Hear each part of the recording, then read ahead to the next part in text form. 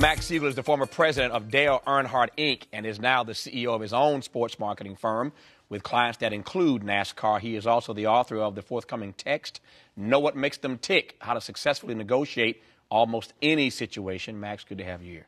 Glad to be here. You doing all right, man? I'm doing great. Your story has, we've known it, for full disclosure, Max and I grew up together. We've known each other since we were kids back in Indiana. And I've been so, as a friend, just pleased to watch your growth. And all the opportunities you've had and the success that's come your way. You took a turn, no pun intended, you took a turn that I didn't see coming, though, when you did the NASCAR, when you did the Dale Earnhardt NASCAR thing. How did that happen? Well, you know, Reggie White's been a great friend of mine. The late, great Reggie White. Absolutely, yeah. Since he was a client of mine. And, you know, Reggie's very passionate, and his attitude is infectious. And when he retired down in Charlotte, North Carolina, he hooked up with Joe Gibbs and Joe Gibbs Racing and saw a tremendous opportunity in NASCAR for people of color. And he just kept after me for a long time to invest with him, to look at what was going on in the sport.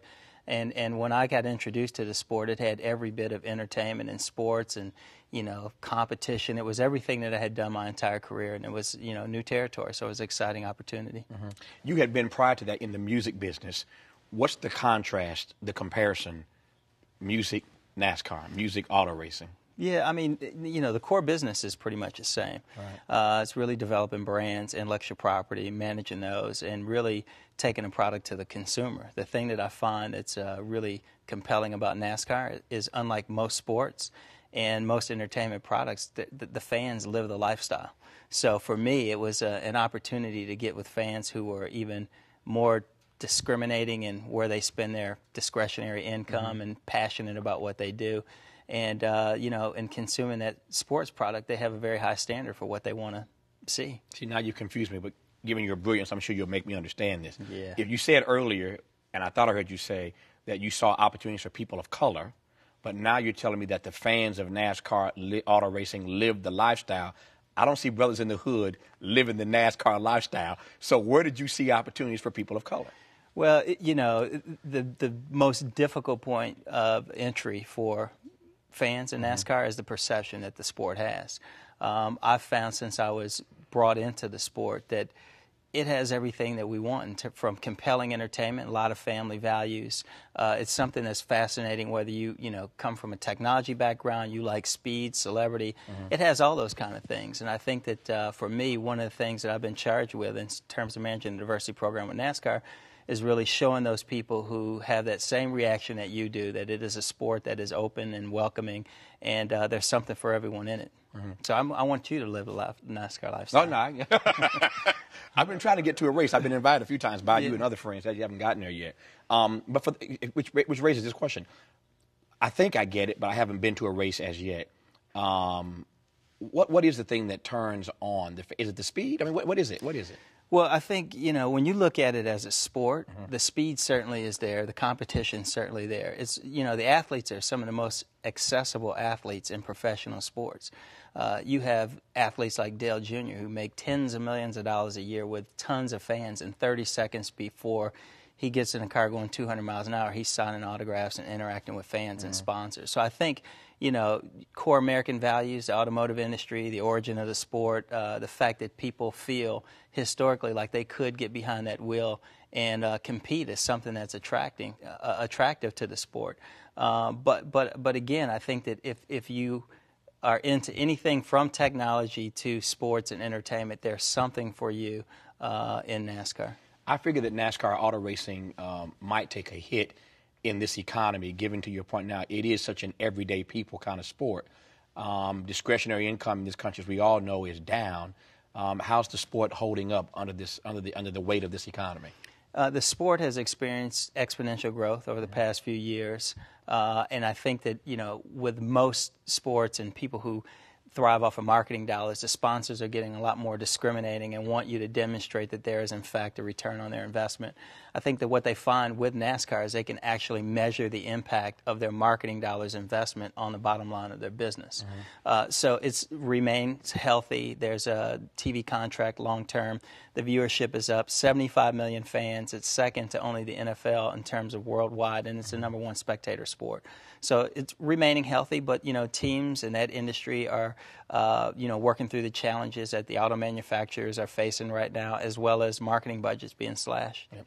So I'm just top lining this, but you've done music, you've done television, you've done radio, you've done NASCAR, you've done a little bit of everything, and that's why the book is about how to negotiate anything. I had a friend of mine tell me many, many years ago that in life we don't get what we deserve, we get what we negotiate. We don't get in life what we deserve, we get what we negotiate. You agree with that? I think that you have to visualize what it is that you want. I think that you do have to negotiate what you want. But more importantly, I think that to get where you want to go and be, you got to negotiate your way through sometimes some challenging obstacles. Mm-hmm. Tell me more about what that negotiation process has meant for you. For me, I mean, we spoke about being kids and growing up together. And I'm not just saying this because I'm here, but you've also been a source of inspiration for me. The challenges that I faced growing up, I chose to focus on what I could do to collaborate with someone and how we could win together, or pulling the positive characteristics and qualities from those, whether they're my peers or mentors, that really inspired me. So for me, motivation and what I talk about in the book is, not only appreciating and understanding where you are, but seeing where you want to be and really trying to figure out a way that it's a win-win situation for those who can help you get there. How does that apply for people who are trying to find ways to reinvent themselves in this economy? I mean, there's so many people, as you know, friends of ours, in fact, who are looking for opportunities because the economy has downsized them, pushed them to the margins. And so now this is one of those moments that, if you see it right, becomes, I think, an opportunity to kind of reinvent yourself. Talk to me about that in terms of what you address in the book. Yeah, what's really important, you asked me about, what was different or the contrast between music and sports. And I answered the question by saying, what the sweet spot was and where they overlap. I think that, several things in this economy. First and foremost, if you develop a skill in business that is a core skill that you can apply in any industry, you make yourself more valuable. But one of the most important things, all things being equal, people do business with those that they know and they like. So relationships are critically important in the business. I think when I go into a situation, and my advice to people when they're trying to find opportunities is not only to find what makes that person tick that you're talking to, but really how do you help them become successful in whatever it is that they're charged to do with their company or their organization, which would motivate them to hire you. So, that translates into any industry, but it does require, studying the business, studying the organization, and the individual that you're dealing with. It seems simple, but it's worth asking, I think. How does one go about, because this is your starting point, you're telling us, you got to know, learn what makes them tick. How do you do that? I think that there have been techniques and things that people have done on a very superficial level in terms of complimenting those, being around. I think that it requires effective listening. I think that it requires patience. I think that, in this age of technology, it requires a little bit of research. When you have a few minutes, if you will, to interact with someone, it's amazing, with a few phone calls and research of things that you can find as conversation starters. For me, I think that the most important thing is to break down those initial barriers and to show people that you're genuinely interested in them as a human being and finding out those things that motivate them. President Obama, I was just at a dinner party in New York the other night. This was a huge part of our conversation. President Obama has raised the bar for African Americans in so many ways.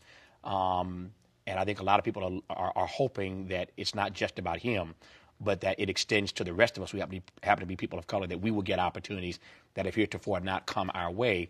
You've been very successful as an African American, finding your way, shall I say, into non-traditional opportunities like NASCAR, for example. Talk to me about being a person of color in this world and not being afraid, finding the courage to go in some non-conventional directions. Well, one of the things that I do discuss in the book is really getting a core group of people that sometimes give you that confidence and keep you grounded. For me, another component is my spiritual grounding. And I think that when you have the confidence that there may be some divine plan, and when you've surrounded yourself with people that you trust that can kind of keep you grounded and focused, it allows you to take a few risks. And I think that there are a few of us that have been blessed with the opportunity to have a platform, but we also have an obligation, in my opinion, to create opportunities for other people. And I do find that for me, it's a lot easier when I try to surround myself with people who are more positive, who have taken risks, that have both succeeded and failed, and being open to that advice and counsel from those who've gone before you or have experienced something that you haven't. The new book from Max Siegel is called Know What Makes Them Tick. Max, good to have you on the program. Thank you. Good to see you. Here.